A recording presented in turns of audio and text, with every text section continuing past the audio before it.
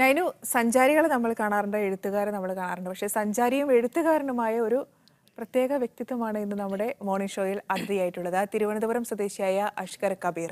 നിരവധി വിദേശ രാജ്യങ്ങളാണ് അദ്ദേഹം സഞ്ചരിച്ചത്. അവിടുത്തുള്ള വിശേഷങ്ങളും പ്രധാനപ്പെട്ട കാര്യങ്ങളെല്ലാം അദ്ദേഹം പുറം ലോകത്തെ അറിയിച്ചത് എഴുത്തിലൂടെയാണ്. അദ്ദേഹത്തിന്റെ വിശേഷങ്ങൾ നമുക്കൊന്ന് കണ്ടു നോക്കാം.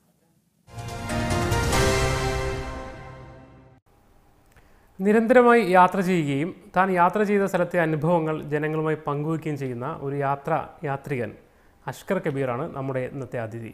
അഷ്കർ, സ്വാഗതം. അപ്പോൾ യാത്ര ചെയ്യുക, യാത്രയെക്കുറിച്ച് എഴുതുക, അതാണ് അഷ്കറിൻ്റെ ഈ ഒരു പ്രണയം തുടങ്ങിയത് എപ്പോഴാണ്? ഞാൻ കോളേജിൽ പഠിച്ചിരുന്നത് മലപ്പുറം ജില്ലയിലെ പെരിന്തൽമണ്ണയിൽ നിന്ന് 5 കിലോമീറ്റർ അകലെയുള്ള അൽജാമിയ അൽ ഇസ്ലാമിയ ശാന്തപുരം ഇസ്ലാമിക് യൂണിവേഴ്സിറ്റിയിലായിരുന്നു.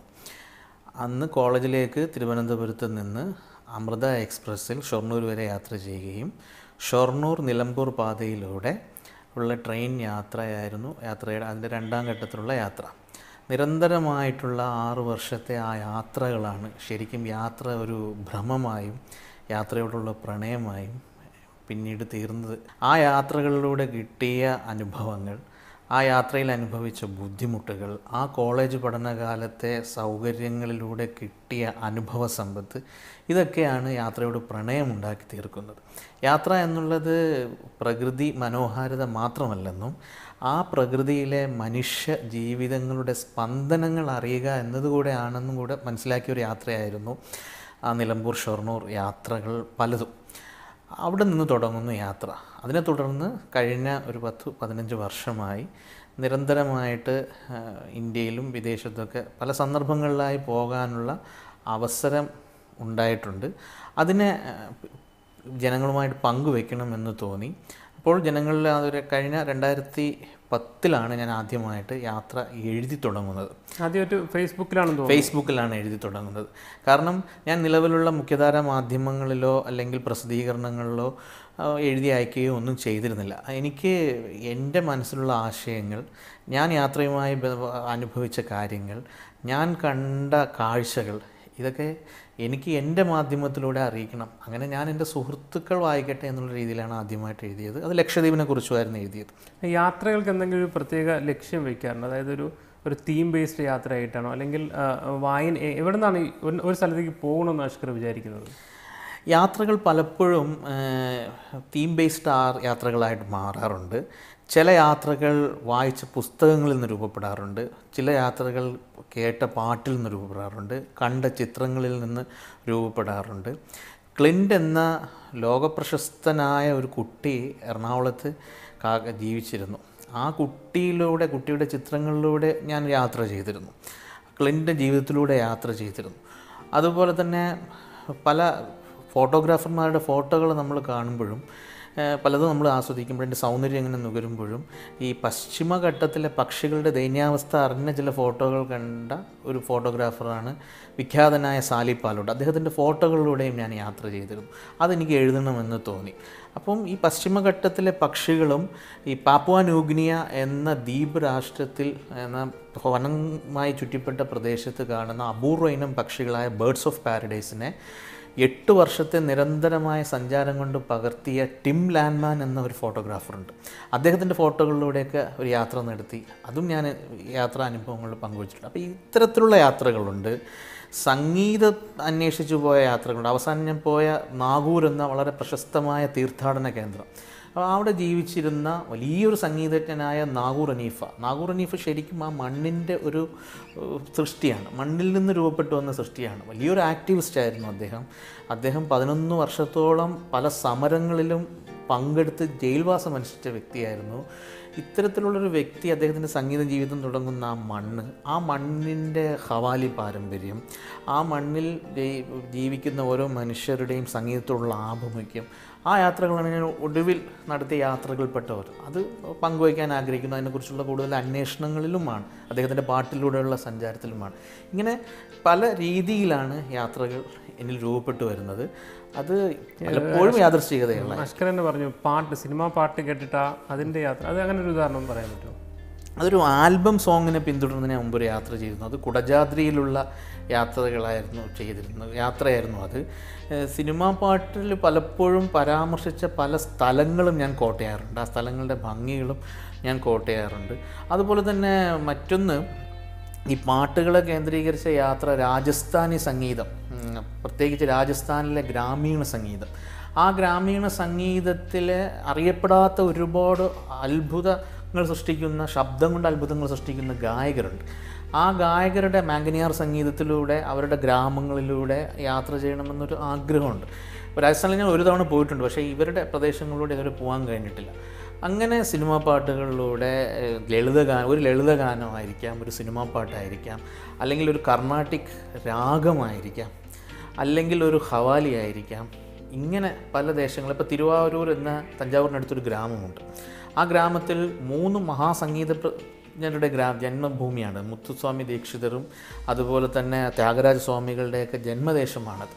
ആ ഗ്രാമത്തിലൂടെ കർണാടക സംഗീതത്തിൻ്റെ വേരുകൾ അന്വേഷിച്ചുള്ള യാത്ര, ഈ കർണാടക സംഗീതത്തെ ചില പ്രത്യേക വിഭാഗങ്ങൾ കുത്തകയാക്കി വയ്ക്കുന്നതിനെതിരെ ശബ്ദിച്ച TM കൃഷ്ണയുടെ, അതിൽ നിന്ന് തുടങ്ങി TM കൃഷ്ണയുടെ സംഗീതത്തിൽ ചെന്നുമുട്ടുന്ന യാത്ര.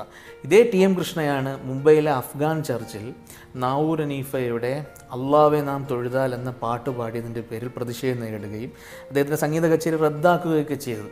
അപ്പം ത്യാഗരാജ സ്വാമികളിൽ നിന്ന് തുടങ്ങി TM കൃഷ്ണയിൽ എത്തി നിൽക്കുമ്പോൾ എങ്ങനെ ഒരു സംഗീതം കുത്തകയായിട്ട് മാറുന്നു, എങ്ങനെ ഒരു സംഗീതം ചില പ്രത്യേക സഭകളിൽ മാത്രം ഒതുങ്ങി നിൽക്കുന്നു എന്നതൊക്കെയുള്ള ഒരു യാത്ര എൻ്റെ മനസ്സിലുണ്ട്. അതിൻ്റെ ഭാഗമായിട്ട് ഞാൻ തഞ്ചാവൂർ സന്ദർശിച്ചിരുന്നു. തിരുവാവൂർ വീണ്ടും പോകാൻ ആഗ്രഹവുമുണ്ട്. ഇന്ത്യക്ക് പുറത്തുള്ള യാത്രകൾ, പിന്നെ അതിലേറ്റവും മനസ്സിന് ഏറ്റവും കൂടുതൽ ആകർഷിച്ച അല്ലെങ്കിൽ തങ്ങി നിൽക്കുന്ന യാത്ര ഏതാണ്? തങ്ങി നിൽക്കുന്നത് പല യാത്രകളുണ്ട്. പലതും പല രീതിയിലാണ് തങ്ങി നിൽക്കുന്നത്. സൗന്ദര്യം കൊണ്ട് തങ്ങി നിൽക്കുന്ന യാത്രകളുണ്ട്, ജീവിതങ്ങളുടെ വൈവിധ്യം കൊണ്ട് തങ്ങി നിൽക്കുന്ന യാത്രകളുണ്ട്. പോയിട്ടുള്ള യാത്രകളിൽ വളരെ പെട്ടെന്നും സൗന്ദര്യം അന്വേഷിച്ചോ ജീവിതം തേടിയോ മലയാളികൾ അധികം എത്തിപ്പെടാത്ത ഒരു ദേശമാണ് ബംഗ്ലാദേശ്. ബംഗ്ലാദേശ് ടൂറിസം ഭൂപടത്തിൽ സ്ഥാനം പിടിച്ച ഒരു രാഷ്ട്രമല്ല. ഞങ്ങൾ ഈ അഗർത്തല വഴി ബംഗ്ലാദേശിൽ പോകുമ്പോൾ ധാക്കയിൽ എത്തുമ്പോൾ കാണുന്ന കാഴ്ച ജനസഞ്ചയങ്ങളുടെ ഒരു സംഗമ ഭൂമിയാണ് ധാക്ക. റിക്ഷാവാലകൾ കൊൽക്കത്തയിലൊക്കെ പലതവണ പോയിട്ടുണ്ടെങ്കിലും ധാക്കയിൽ കണ്ട റിക്ഷാവാലകളുടെ ദൈന്യത ഇന്ത്യയിൽ ഒരു പ്രദേശത്ത് ഞാൻ കണ്ടിട്ടില്ല. ചിറ്റഗോങ്ങിൻ്റെ പല ഭാഗങ്ങൾക്കും നമുക്ക് അപൂർവമായിട്ട് റോഹിംഗ്യകളെ കാണാം. റോഹിംഗ്യകൾ ഈ ബംഗ്ലാദേശിലെ 7 ലക്ഷം റോഹിംഗ്യൻ അഭയാർത്ഥികളാണുള്ളത് കോക്ക് ബസാറിൽ. ഈ ചിറ്റഗോങ് വഴി കോക്ക് ബസാറിൽ നമുക്ക് എത്തിപ്പെടാം. ഈ റോഹിംഗ്യകൾ അവിടെ പലപ്പോഴും നമ്മൾ കാണുന്നു, ബംഗ്ലാദേശികളെ കാണുന്നു. ബംഗ്ലാദേശിൻ്റെ ദാരിദ്ര്യം, ദൈന്യത, അവരുടെ ജീവിതത്തിന് വേണ്ടിയുള്ള പോരാട്ടത്തിൻ്റെയൊക്കെ മുഖം നമുക്ക് കാണാൻ കഴിയും. ഇതിനിടയിൽ സർക്കാർ അവരുടെ വികസനങ്ങൾ ആഘോഷിക്കുന്ന തട്ടുപൊളിപ്പൻ കാഴ്ചകളും നമുക്ക് കാണാൻ കഴിയും. അപ്പോൾ ഇത് ശരിക്കും ബംഗ്ലാദേശ് യാത്ര എന്നുള്ളത് അത് നമ്മുടെ മനസ്സിൽ ഒരു വിഭാഗത്തിൻ്റെ ജീവിതത്തെ പച്ചയായി പറിച്ചു നടുന്ന ഒരു യാത്രയായിരുന്നു ബംഗ്ലാദേശ് യാത്ര. മറ്റൊന്ന് ശ്രീലങ്കൻ യാത്രയാണ്. ശ്രീലങ്കൻ യാത്ര പലപ്പോഴും പലരും നടത്താറുണ്ട്. ശ്രീലങ്കയിലെ ടൂറിസ്റ്റ് കേന്ദ്രങ്ങൾ കേന്ദ്രീകരിച്ച് നടത്താറുണ്ട്. പക്ഷേ ശ്രീലങ്ക ജാഫ്ന പോലുള്ള ഈ തമിഴ് വംശയുടെ പ്രദേശമാണോ, ഏതാണ് സെലക്ട് ചെയ്തത്? ശ്രീലങ്ക തിരഞ്ഞെടുക്കാൻ കാരണം എന്തായിരുന്നു? ശ്രീലങ്ക തിരഞ്ഞെടുക്കാൻ കാരണം ഒരൊറ്റ പുസ്തകമാണ്. അത് TD രാമകൃഷ്ണൻ്റെ സുഗന്ധി എന്ന ആണ്ടാൾ നായക എന്ന പുസ്തകമായിരുന്നു. വിമോചന പ്രസ്ഥാനങ്ങൾക്കുള്ള ഭീകരതയ്ക്കെതിരെയുമുള്ള അതിശക്തമായ പോരാട്ടം വാക്കുകളിലൂടെ പ്രതിഫലിച്ച പുസ്തകമാണ് ഈ സുഗന്ധി വായിച്ചിട്ടാണ് ശരിക്കും ശ്രീലങ്കയിൽ പോകുന്നത്. ശ്രീലങ്കയുടെ ഏകദേശം ഒരു 75% ജാഫ്ന, തലേമാനാർ, കൊളംബോ, അതുപോലെ തന്നെ നുവാറേലിയ, പലപ്പോഴും ശ്രീലങ്കയുടെ ജാഫ്ന എന്നുള്ളത് വളരെ ശാന്തമാണ്. പക്ഷേ ഈ ശാന്തതയ്ക്കകത്തും ഒരുപാട് വിങ്ങലുകളുണ്ട്, ഒരുപാട് പൊട്ടിത്തെറിക്ക് കാത്തു നിൽക്കുന്നൊരു സമൂഹമുണ്ട്. പ്രത്യേകിച്ച് അവിടുത്തെ മുസ്ലിം സൊസൈറ്റി, ഈ വംശീയത ഏറ്റവും കൂടുതൽ ബാധിച്ച ഒരു സമൂഹമായിരുന്നു ശ്രീലങ്കൻ മുസ്ലിം സൊസൈറ്റി. അപ്പോൾ അവരുടെ വിങ്ങലുകൾ ഇതിലൂടെയൊക്കെ പലപ്പോഴും ശ്രീലങ്ക യാത്രയിൽ പോയിട്ടുണ്ട്. പിന്നെ ശ്രീലങ്കയിൽ ആദംമല, അതൊക്കെ ഒരു വലിയ അനുഭവമായിരുന്നു. കാരണം 5000-ലധികം പടികൾ കയറി വേണം ആ മലയിൽ എത്തിപ്പെടാൻ. ആ മലയിൽ ഒരേ സമയത്ത് ബുദ്ധ, ഹൈന്ദവ, മുസ്ലിം തീർത്ഥാടന കേന്ദ്രമാണത്. ഈ ഭക്തി എന്നുള്ളത് നമ്മൾ കാണുന്നത് ഭക്തിയുടെ പേരിലുള്ള കോപ്രായങ്ങളാണ് നിലവിൽ കണ്ടുകൊണ്ടിരിക്കുന്നത്. ഭക്തി എന്നുള്ളത് ഒരു മനുഷ്യനെ എങ്ങനെ പരിവർത്തിപ്പിക്കുന്നു എന്നുള്ളതും, മനുഷ്യനെ എങ്ങനെ ഊർജ്ജസ്വലനാക്കുന്നു എന്നുള്ളതും, മനുഷ്യനെ എങ്ങനെ പോരാട്ട വീര്യമുള്ളവനൊന്നും ആക്കുന്നു എന്നുള്ളതിൻ്റെയൊക്കെ ഒരു കാഴ്ചയാണ് ശരിക്കും ആദംമലയിലോട്ടുള്ള പ്രയാണത്തിൽ കാണാൻ കഴിയുക. അപ്പോൾ അങ്ങനെയാണ് ശ്രീലങ്കൻ യാത്ര രൂപപ്പെട്ടു വരുന്നത്. ഈ മാലിയിലേക്കും ഈ അടുത്ത യാത്ര പോയിരുന്നല്ലോ, മാലി ഒരുപാട്. മാൽദീവ്സ് ശരിക്കും മാൽദീവ്സിനെ കുറിച്ചുള്ളൊരു ചിത്രം റിസോർട്ടുകളുടെ നാട്, സുഖ സൗകര്യത്തിൻ്റെ നാട്, സുഖിക്കാൻ പോകുന്ന നാട് എന്നൊക്കെയാണ്. മാൽദീവ്സിൽ ഞാനൊരു 9ഓളം ദിവസങ്ങളുണ്ടായിരുന്നു, ഒരു 4-5 ദ്വീപുകളിലും പോയിട്ടുണ്ട്. പക്ഷെ മാലിയിൽ എന്നെ അത്ഭുതപ്പെടുത്തിയ ഒരു കാര്യം, മാലിയിലെ ഭൂമിശാസ്ത്രപരമായ ഒരുപാട് പ്രത്യേകതകളുണ്ട്. ഇന്ത്യൻ മഹാസമുദ്രത്തിൽ ഈ പവിഴപ്പുറ്റുകൾ തന്നെ ദ്വീപായി രൂപപ്പെട്ട 2 പ്രദേശങ്ങളേ ഉള്ളൂ. അതൊന്ന് ലക്ഷദ്വീപ്, മറ്റൊന്ന് മാൽദീവ്സുമാണ്. മാൽദീവ്സിൽ ഗ്ലോബൽ വാർമിംഗ് ഏറ്റവും കൂടുതൽ ബാധിച്ചുകൊണ്ടിരിക്കുന്ന ഒരു പ്രദേശം കൂടെയാണ് ഈ മാൽദീവ്സ്, മുങ്ങിക്കൊണ്ടിരിക്കുകയാണ്. അപ്പോൾ മാൽദീവ്സിൽ ഈ പവിഴ ശിലകൾ കൊണ്ടുള്ള 6 പള്ളികളുണ്ട്. ലോകത്ത് തന്നെ അങ്ങനെയുള്ള 6 പള്ളികൾ അപൂർവ പള്ളികളാണ്. 1000 വർഷത്തോളം, ചിലതിനെല്ലാം 1000 വർഷത്തോളം പഴക്കമുണ്ട്. അപ്പോൾ അതുമാത്രമല്ല, ഈ പോർച്ചുഗീസുകാരും ബ്രിട്ടീഷുകാരും ഫ്രഞ്ചുകാരൊക്കെ അധിനിവേശം ചെയ്ത ഇതിൻ്റെ സ്ഥാനം തന്ത്രപ്രധാനമായ സ്ഥാനമാണ്. അതുകൊണ്ട് അധിനിവേശകരുടെയൊക്കെ പ്രിയ ഭൂമിയായിരുന്നു ഈ മാൽദീവ്സ്. പക്ഷെ അധിനിവേശകരെ ഇത്രയും ശക്തമായി നേരിട്ട ഒരു ജനത വളരെ അപൂർവമാണ്. അതുകൊണ്ട് മാൽദീവ്സിൽ ഈ മതപരിവർത്തനം നടന്നിട്ടില്ല. അവരുടെ പൈതൃകം, അവരുടെ സംസ്കൃതി ഒക്കെ അവർ ഇന്നും വില്ലേജുകളിൽ അവർ കാത്തു സൂക്ഷിച്ചു പോരുന്നുണ്ട്. അപ്പോൾ ഇങ്ങനെ പോരാട്ടത്തിൻ്റെ, വിപ്ലവത്തിൻ്റെ വീര്യചരിത്രമുള്ള ഒരു ദേശം കൂടിയാണത്. അവിടുത്തെ ചരിത്രത്തിൻ്റെ ഒരു സൗന്ദര്യമുണ്ട്, അവിടുത്തെ ഭൂമിശാസ്ത്രത്തിൻ്റെ തഴുണ്ട്, പിന്നെ അവിടുത്തെ ഈ കടലിലുള്ള വൈവിധ്യങ്ങളുടെ ഒരു സൗന്ദര്യമുണ്ട്. ഇതൊക്കെ അന്വേഷിച്ചായിരുന്നു മാൽദീവ്സിലെ യാത്ര. പ്രത്യേകിച്ച് അവിടെ മാഫുഷി ഐലൻഡ്, വില്ലിംഗ്ലി ഐലൻഡിലൊക്കെ പോയി പല ബന്ധുക്കളും ഉണ്ടായിരുന്നു. അവരുടെയൊക്കെ ഒരുപാട് സപ്പോർട്ടും സഹായവും ഒക്കെ അതിന് കിട്ടിയിരുന്നു. ഈ ഒരു യാത്രകളുടെ എന്താണ് യഥാർത്ഥത്തിൽ അഷ്കറിന് ലഭിക്കുന്നത്? കാരണം അനുഭവങ്ങളായിട്ടും മറ്റും എന്താണ് വീണ്ടും വീണ്ടും യാത്ര ചെയ്യാൻ അഷ്കറെ പ്രേരിപ്പിക്കുന്നത്? ഓരോ യാത്രയും എന്നിനുള്ള മനുഷ്യനെ പുറത്തു കൊണ്ടുവരാനാണ് ഞാൻ ആഗ്രഹിക്കുന്നത്. എൻ്റെ ഹൃദയത്തെയും എൻ്റെ ആത്മാവിനെയും എൻ്റെ ശരീരത്തെയും വിശുദ്ധീകരിക്കാനാണ് ഞാൻ ആഗ്രഹിക്കുന്നത്. അതുകൊണ്ട് ഓരോ യാത്രയിലൂടെ ഞാൻ അനുഭവിക്കുന്നത് പുതിയ പുതിയ അറിവുകളിലൂടെ, ആ അറിവുകളുടെ ലോകത്തിലൂടെ, പുതിയ പുതിയ ജീവിത രീതികളിലൂടെ സമൂഹത്തിന് പുതിയ പുതിയ ലോകങ്ങൾ തുറന്നു കൊടുക്കാനുള്ളൊരു ഊർജ്ജമാണ് എന്നിൽ നിറയ്ക്കുന്നത്. ഞാൻ ജീവിച്ചിരിക്കുന്നതിനുള്ള തെളിവ് ഞാൻ യാത്ര ചെയ്യുന്നു എന്നുള്ളതാണ്. ആ യാത്ര എന്നുള്ളത് സഞ്ചാരം എന്നതിലുപരി ആ യാത്ര എന്നുള്ളത് സമൂഹത്തോടുള്ള എൻ്റെ ഒരു പ്രതിബദ്ധതയുടെ ഭാഗമായിട്ടാണ് ഞാൻ കാണുന്നത്. ഒരു പോരാളി മുഷ്ടി ചുരുട്ടി എതിർ ശക്തികൾക്കെതിരെ മുദ്രാവാക്യം തുള്ളുന്നത് പോരാട്ടത്തിൻ്റെ ഒരു മുഖം മാത്രമാണ്. ഒരു എഴുത്തുകാരൻ അവൻ്റെ തൂലിക പടവാളാക്കി പോരാടുന്നത് മറ്റൊരു മുഖമാണ്. ഒരു സഞ്ചാരി, ആ സഞ്ചാരിയുടെ വിയർപ്പ്, ആ സഞ്ചാരിയുടെ കറക്കം, ആ സഞ്ചാരിയുടെ കാഴ്ചകൾ, ഈ കാഴ്ചകൾക്കും ഈ വിയർപ്പിനും ഒക്കെ ഒരു പോരാട്ടമുണ്ട്. മനുഷ്യവിരുദ്ധരമായ എല്ലാ ശക്തികൾക്കെതിരെയുമുള്ള ഒരു പോരാട്ടമാണ്. അതുകൊണ്ടാണ് ആൻഡമാനിൽ പോയിട്ട് വന്നിട്ട് അത് നരഭോജികളുടെ നാടാണെന്നും ജാർവകൾ നരഭോജികളാണെന്നും സെൻറ്റിനലീസ് മനുഷ്യരെ കൊന്നു തിന്നുന്നവരാണെന്നുള്ള കൊളോണിയൽ ബോധത്തെ തിരുത്താൻ ഞാൻ ശ്രമിച്ചത്. ടിപ്പു, എൻ്റെ ഒരു മാൽദീവ്സ് യാത്ര ഞാൻ പലപ്പോഴും ഫേസ്ബുക്കിൽ പോസ്റ്റ് ചെയ്തപ്പോൾ എൻ്റെ സുഹൃത്തായ ഒരു അൽത്താഫ് എന്നോട് പറഞ്ഞിരുന്നു, മറ്റൊരു യാത്ര നടത്താൻ കഴിയുമോ? ടിപ്പു സുൽത്താൻ്റെ പിൻഗാമികൾ ഇന്നും ജീവിച്ചിരിപ്പുണ്ട്, മുഗളരുടെ പിൻഗാമികൾ ജീവിച്ചിരിപ്പുണ്ട്. ചില ഡോക്യുമെൻ്ററികളൊക്കെ അവരെക്കുറിച്ച് വന്നിട്ടുണ്ട്. അവരെ കണ്ടിട്ട് അവരുടെ ജീവിതം ചിത്രീകരിക്കാൻ കഴിയുമോ എന്ന് പറഞ്ഞു. ഞാൻ പറഞ്ഞു തീർച്ചയായിട്ടും. കാരണം അത് ഇന്നത്തെ സാഹചര്യത്തിൽ ടിപ്പു ആരായിരുന്നു, ടിപ്പുവിൻ്റെ കുടുംബത്തിന് എന്താ സംഭവിച്ചത് എന്ന് സമൂഹത്തോട് എനിക്ക് എൻ്റെ എഴുത്തിലൂടെ, എൻ്റെ ദൃശ്യങ്ങളിലൂടെ പറയണം എന്നെനിക്ക് ആഗ്രഹമുണ്ട്. അതെനിക്ക് എൻ്റെ സമൂഹത്തോടുള്ള പ്രതിബദ്ധതയാണ്. ഈ ഒരു യാത്ര എന്ന് വെച്ചാൽ ഒരു അത്ര എളുപ്പമുള്ളൊരു കാര്യമല്ല. സാമ്പത്തികമായ ബുദ്ധിമുട്ടുണ്ട്. യാത്ര തന്നെ ഒരു എങ്ങനെയാണ് ഇത് തരണം ചെയ്യുന്നത്, അല്ലെങ്കിൽ ഇതിൻ്റെ ബുദ്ധിമുട്ടുകൾ എങ്ങനെയാണ് ആഷ്കർക്ക് തരണം ചെയ്യുന്നത്? ഒന്ന് ദൈവാനുഗ്രഹം, മറ്റൊന്ന് എന്തിനും ഏതിനും കൂടെ നിൽക്കുന്ന, ഒരിക്കലും നോ പറയാത്ത മാതാപിതാക്കൾ, മറ്റൊന്ന് ഒരുപാട് പഠിച്ച് സ്റ്റഡി ചെയ്ത് അല്ലാതെ എന്നോടൊപ്പം എന്തിനും തയ്യാറായി കൂടെ വരുന്ന ചില സുഹൃത്തുക്കൾ, പിന്നെ എപ്പോഴും പ്രോത്സാഹനം തരുന്ന ചില ഈ ആൾക്കാർ, എൻ്റെ സഹപ്രവർത്തകർ. പിന്നെ പണത്തിൻ്റെ കാര്യം.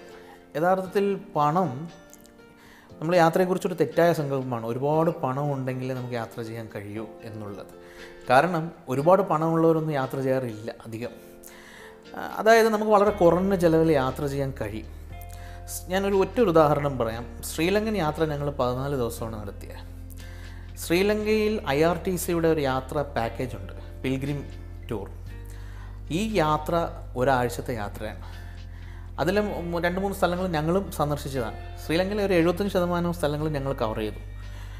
14 ദിവസം ഞങ്ങൾക്ക് യാത്രയ്ക്ക് ചിലവ് വന്നത് ഫ്ലൈറ്റ് ടിക്കറ്റ്, അങ്ങോട്ടും ഇങ്ങോട്ടുള്ള ടിക്കറ്റും വിസയും എല്ലാം ഉൾപ്പെടെ ഞങ്ങൾക്ക് 22,000 രൂപയാണ് ചിലവ് വന്നത്. എന്നാൽ IRTCയുടെ യാത്രയ്ക്ക് ഒരാഴ്ചത്തെ ചിലവ് 48,000 രൂപയായിരുന്നു. യഥാർത്ഥത്തിൽ ഭക്ഷണം, താമസം, സുഖസൗകര്യങ്ങൾ ഇതിനൊന്നും തീരെ പ്രാധാന്യം കൊടുക്കാതിരിക്കുക. കാഴ്ചകൾക്കും അനുഭവങ്ങൾക്കും കൂടുതൽ പ്രാധാന്യം കൊടുക്കുക. കിട്ടുന്ന സംഖ്യകൾ, ഞാനൊരു അധ്യാപകനാണ്, ഒരു ഹോം ട്യൂഷൻ ആണ് എൻ്റെ വരുമാന മാർഗം. അത് പലപ്പോഴും അധികം ദൂർത്തടിക്കാതെ കുറച്ചായിട്ട് സേവ് ചെയ്ത് വെക്കുക. ഇങ്ങനെ ആ സേവ് ചെയ്ത് വെച്ച യാത്രയിൽ നല്ലൊരു ഷെഡ്യൂൾ ഉണ്ടാക്കി അതിന് തുല്യമായ തുകയിൽ യാത്ര ചെയ്യുക. വളരെ കുറഞ്ഞ തുകയ്ക്ക് ആർക്കും യാത്ര ചെയ്യാൻ കഴിയും. അത് ശരിക്കും അതിന് വില്ലിങ് ആയാൽ മാത്രം മതി. എന്തായാലും കൂടുതൽ യാത്രകൾ ചെയ്യാൻ അഷ്കറിന് കഴിയട്ടെ. അതുപോലെ കൂടുതൽ യാത്രാ അനുഭവങ്ങൾക്ക് പങ്കുവയ്ക്കാൻ കഴിയട്ടെ. ആയിക്കോട്ടെ.